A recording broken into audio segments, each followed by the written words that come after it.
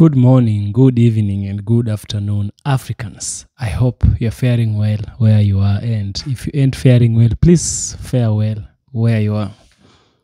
Now, there is an African proverb that says, if there is character, then ugliness becomes beauty. And if there is none, then beauty becomes ugliness, right?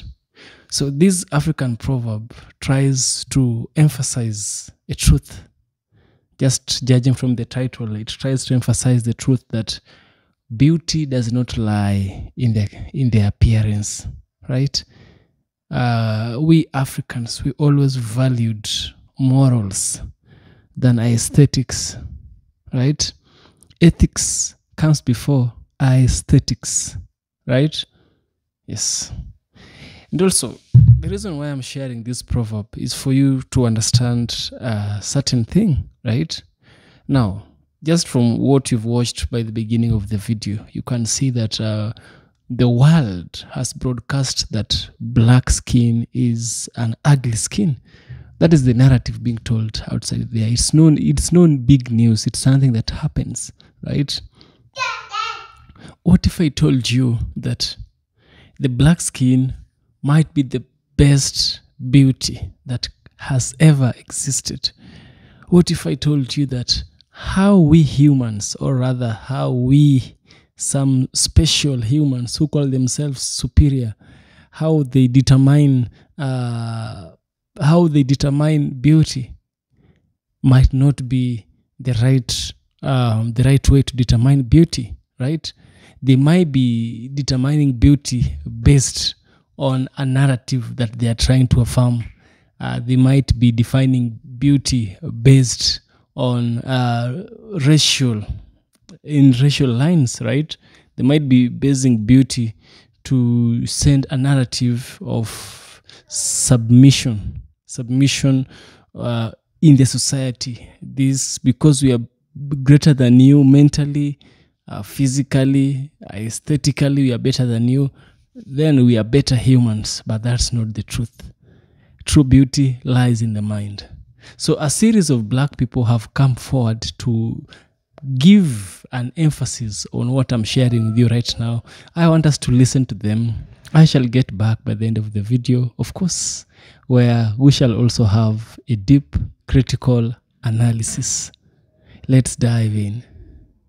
Answer this question.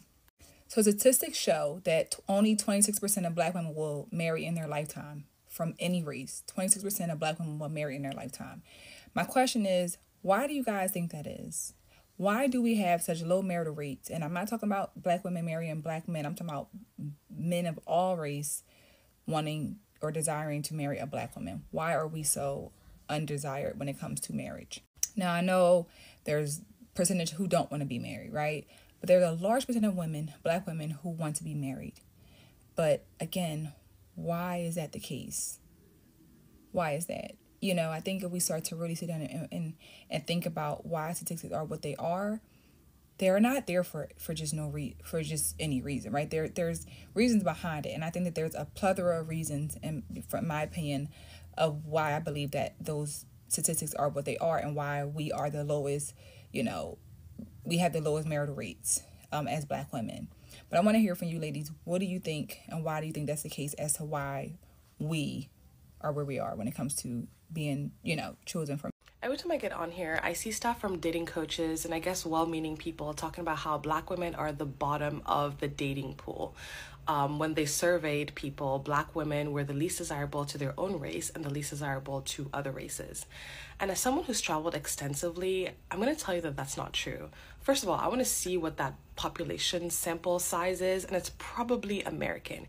Because as someone who's been to Europe, who's been to Eastern Europe, and who's been to many parts of Africa, let me tell you that that's not true. I've seen way too many interracial kids, way too many black and white German kids, Polish kids for that to be true.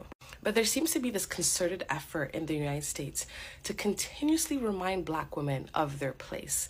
Because I never placed myself at the bottom of the social dating rank until people kept telling me, oh yeah, black women are the least desirable. Who said? And this rhetoric and I guess propaganda, in my opinion, is very obvious to me because I was raised around other Black people. I was raised in Black spaces and was told that it's okay to be who I am. Coming to the United States is the first time that I've been in trouble for being myself. In the moment, the feedback was, why is she so confident? Or kind of like, oh, she's my wild child, or she's so wild. When in hindsight, I was just acting like a white boy in terms of confidence and the knowing that I belong in this space, because I was not raised in the United States. I was not raised with these subtle messages telling me as a Black woman all the time that I need to be knocked down a few pegs. I don't shrink myself in white spaces or spaces that are not predominantly Black women because it doesn't matter. I know that I belong there and I deserve to be there no matter what. Black women in the United States are beaten down psychologically and have been told that they have a place and they need to stick to it. We're told to tame our hairs, tame our clothing, tame how we speak, tame every single aspect of ourselves in order to be okay in certain spaces, whereas everybody else can be disheveled and messy and their true selves. And it's heartbreaking when I see this as a Black person that doesn't conform, because on one hand, I get in trouble all the time in white spaces when I don't know my place. But at the same time, I'm in these spaces, I meet Black women, women of color that are much more competent, know much more about what's going on, but do not speak up. And I understand them. I understand why they feel this way, because speaking up, as I mentioned, gets you in trouble. And it's so heartbreaking to me. And I guess my takeaway from this to Black women in the United States is to leave this country. Okay? Go to Germany. You don't even have to go to Africa. Go to Europe. Skip France. But go to Europe. And I promise you, you're something in your brain is gonna like shift. And you're gonna understand that you've been brainwashed your whole life. And it's not true. 2 Black men and a bot just told me that nobody's attracted to Black women. I believe the problem is everybody's attracted to Black women, and that's why they're trying so hard to tell us that we're unattractive. We don't even have to be amazingly beautiful for you to be attracted to us. The world is literally obsessed with Black women, and there is no doubt about it. The older I become and the more into myself I become, I realize that that's it. Like, all the time I thought it was hate, it's actually love, because there is a thin line. Nothing moves, nothing shakes without Black women's involvement. Think about it. Anytime a white person wants to go viral on the internet, what do? They either say something really nice and come across oh so humble, or they'll do something to agitate us and shake up the hornet's nest. The thing is, though, it's not working. I mean, it's not working like it used to. So now they're going out of their way and individually going on to our profiles and letting us know while we're minding our business that nobody cares for us and nobody is attracted to us, nobody wants us. The problem is you want us and you don't know how to process those feelings because you don't know why you want us. You're attracted. Don't try to explain it, don't fight it, just go with it. When Black women decided to sit down in 2025, it also included not reacting to idiots on the internet. And because I am a matter of a fact girl, I take it for what it is and I say what I think and move on. This isn't a complaint, this is an observation, and I am documenting my thoughts just because that's what I do now on social media. You can't see it, but I just got hyped up. There is no Black woman you can ask and they not respond with, I love being a Black woman. There are long-term consequences to years and years of social programming that tells us that Black women are the least desired. And on top of that, when you incorporate colorism and fat phobia, the reason why a lot of Black women don't know how to date is because we never had the options or the chance to date. If we're already the least desired demographic, it then becomes a game of, well, if Black women are the least desired, then who of us is the most desired out of all of us being least desired? And that is where colorism, texturism, featureism, and fat phobia play a significant role. Not to mention I think that us being the least desired demographic leaves us very vulnerable to being manipulated by men who know that, aka black men.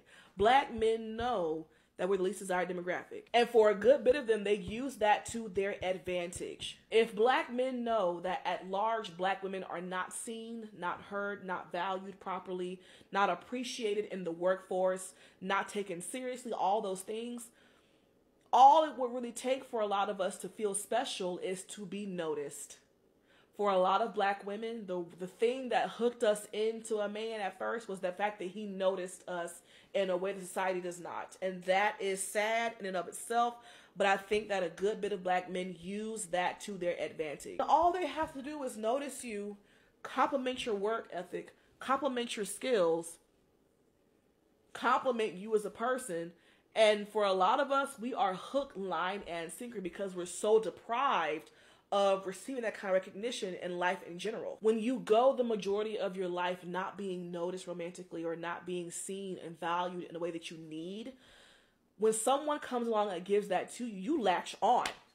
Makes sense to me. And you don't want to let go because there's no telling when you're going to get that same recognition again. I think black men be knowing that and using that to their advantage. I think a lot of us end up choosing poorly because we latch on to the guy who notices us and ignore all their red flags, or we're being love bombed, or we're downright being set up and manipulated into an abusive situation that's going to happen down the line. It's hard to choose properly when you are so deprived of social affirmation.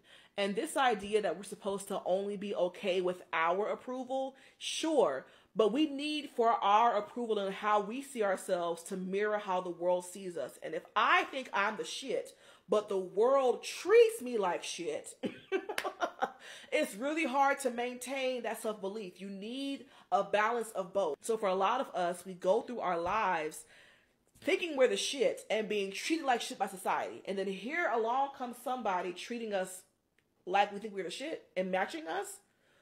Latching on is going to happen. We're going to ignore the red flags. We're going to ignore the bullshit because he sees me. And I'm not usually seen like this. I get that. And I think that plays a role in why we see black women choose. So clearly listening to this video, you can tell that the person who is speaking here, or rather the person who was selling the narrative of black people are the undesirable ones, that is not a statement of truth. And there are very many ways of looking at it, right? You can look at it from a colonial mindset. You can look at it at a racist mindset. You can look at it from a mindset of a slave master, which also I can define is equivalent to that of a colonial master, right? So who are the black people? Black people around the world, not just Africa, not just America, around the world, black people have always been colonized. Their lands have been taken. Not just black people, anyone with a dark skin, right, has faced severe and extreme punishment. Not really punishment. Punishment is when you do wrong. But I don't think they did wrong by being black. You don't do wrong by being whom God created you to be, right? So if you look at Australia, we have the Aboriginals of Australia. What happens to them? The white people went to Australia and they pushed them outside. They took the prime lands and made it such a way that they would survive, but the natives would suffer, right? You go to Brazil today, same case. America, same case. Africa is the only continent with its indigenous people. Africa is the only continent with indigenous people. Only continent with indigenous people. We are indigenous here. Only continent with indigenous people is Africa.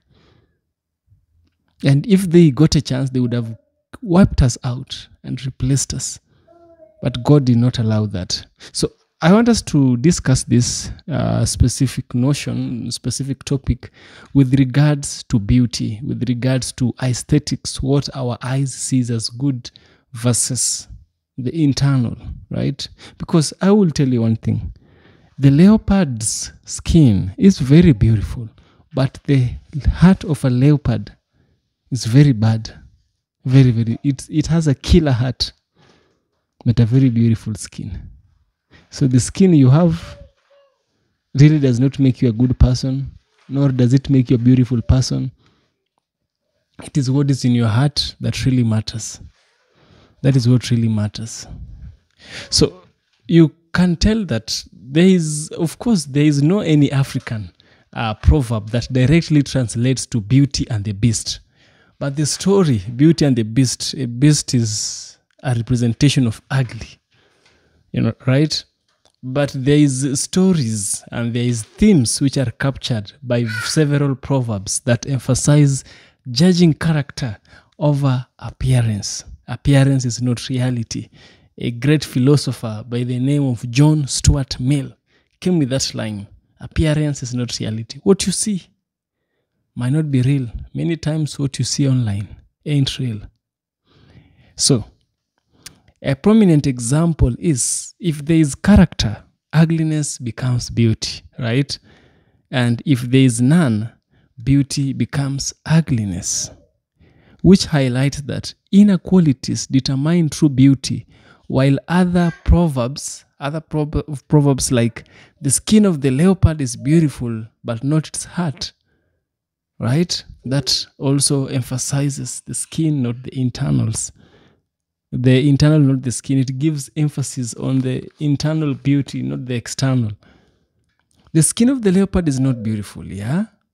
It's beautiful, but the heart is very dark. You see, your beauty may take you there, but your character will bring you back. You're good, you're beautiful, you're shining. You'll get to places, but you won't stay there. Now that's the problem. You won't stay there unless you have a change of character and a change of heart. You see, this proverb warns that initial attractiveness can lead to opportunity, but one's character is what sustains them in the long run, right? So true beauty comes from one's character, and a good heart can make even an outwardly unattractive person seem beautiful. Conversely, a beautiful exterior is meaningless without a good inner self, right? You see, appearance is very deceptive. What appears beautiful on the outside, right, like the leopard's coat, can be hiding an ugly or dangerous reality on the inside. It advises against being deceived by looks and to get to know people's true nature itself. Now you know the people I'm speaking about, their true nature. They colonized, they conquered, they did wrong things. But they are saying black is bad, white is good. If you're like us, you're good, you're beautiful, you're close to God. But if you're dark, you ain't beautiful, you're close to evil. You see, that's all about the coat of the leopard. But the heart ain't good. See, your beauty may take you there, but your character will bring you back again.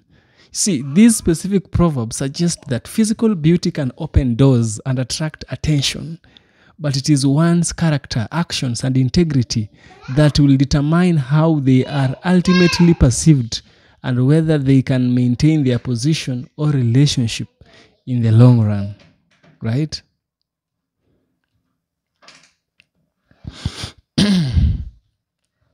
So the last proverb to emphasize on this message of today is a woman's beauty may take her to a king's palace, but her bad character will bring her back to her father's house. See, this is similar to the previous proverb. This one uses the specific context of marriage. It states that while beauty might initially lead to a good match, a lack of good character will ultimately lead to a ruin or a return to her, or lead her to return to her father's or her original home. emphasizing that character is more important for lasting success, right? Yeah, that's the message here. So those people are throwing the narrative, blacks are undesirables, this and that. No. What matters is how do you treat your fellow people. That is what matters. It doesn't matter that you are this and that. No. It doesn't matter. You are judged. You will be judged by your deeds, not by your looks. See you in the next one, and stay positive.